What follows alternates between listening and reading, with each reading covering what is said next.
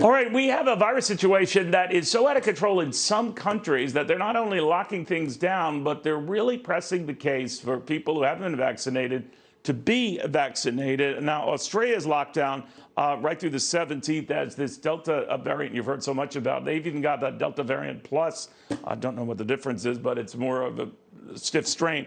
So they're actually now considering mandatory action for vaccinations in a country that isn't near the vaccination rate we are in this country. Separately, in France, they're exploring the idea of making sure all healthcare workers get vaccinated. You'd think that's a gimme, but apparently some healthcare workers are resisting. They want to make that an outright order that you have to. It's the law. And some in France are fearing that could get to be, I say fearing, some are just loath to this sort of thing, that the government might force the issue on other workers there as well. So it got us thinking, legally, can a government, can anyone do that? And is there a difference between a company that requires you've had your shots and a government requiring you have your shots? Seth Berenzweig is a business law attorney, a good one at that. So Seth, help me with this. I can understand my company demanding it. I have a problem with my government demanding it. Is there a difference?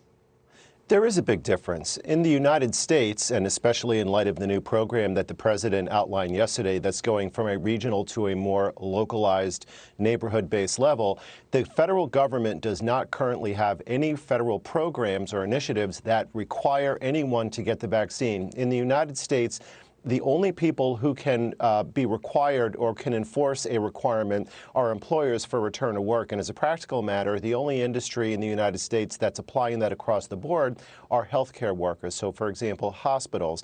As you've correctly noted, Europe is really getting embroiled in this even more deeply now, because while we're doing pretty well here and we're essentially in the ninth inning in the United States on the fight against coronavirus and bringing the economy back up, it's fair to say that Europe is probably roughly in the third inning. So they're looking at new measures and requirements that are extremely controversial. Now, I don't know what the case was with the polio vaccines and, in the early 1900s and what have you, but the fact of the matter was that a lot of people, long before there were vaccine suspicions, got it, especially those who were dealing with it. So it wasn't such a debate. Now it is. And now a lot of people who have not been vaccinated say, I'm fine. There seems to be herd immunity. Is that a legal excuse? In other words, can you, if anyone is pressing this, if you just said, I don't think I'm going to get it, or I'm young and bulletproof, I don't think I'll ever have it? So in the United States, in the private employment sector, it is not an excuse to say that they don't want to take this novel virus if the private employer requires it as a precondition for return to the office. As a practical matter, most private employers are encouraging but not mandating vaccination, except the healthcare industry.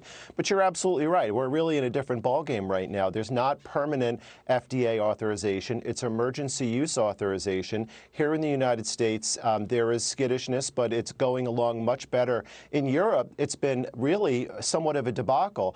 AstraZeneca was temporarily put on hold by the EU.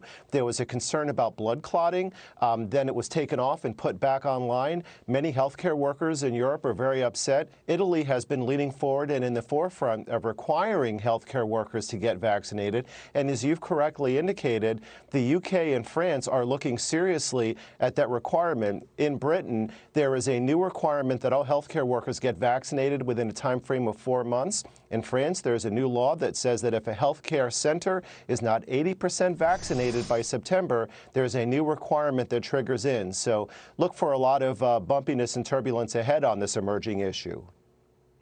I hear you. Seth, thank you very much. Seth Berenzweig, business law attorney, follows this stuff very, very closely, legalities, what have you.